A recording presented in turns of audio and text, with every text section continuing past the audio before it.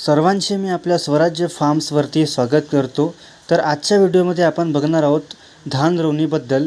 तर चला आपण धान रोवणी कशी करतात याबद्दल थोडक्यात माहिती घेऊया। तर इकडे ट्रॅक्टरच्या सहाय्याने चिखलणी करणे सुरू आहे। तर चिखलणी का करायची, तर पुनर्लागवड जेव्हा आपण धान पिकाची करतो तर त्या पुनर्लागवड करताना त्या मुळांची चांगली वाढ व्हावी यासाठी ते आपल्याला करायची असते आणि त्यामुळे कचऱ्याचा सुद्धा योग्य नियोजन करता येतो आणि अळींचे आणि अंडींचे जे काही अंडी आणि कोश असतो ते सुद्धा कमी प्रमाणात नष्ट होऊन जातो आणि योग्य वाढीसाठी मुळांच्या मदत होतो। यासाठी चिखल करायचे असते।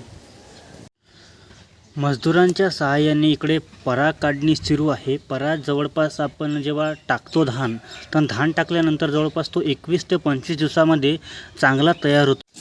धान काढून झाल्यानंतर वेगवेगळ्या बांधांमध्ये त्याच्या हातामध्ये ज्या काही पेंड्या आहेत त्या पेंड्या तो वेगवेगळ्या बांधांमध्ये नेऊन टाकत आहे आणि दुसरीकडे बाया रोवणी करणे चालू आहे। तर तुम्ही इकडे पाहू शकता बाया रोवणी करत आहेत।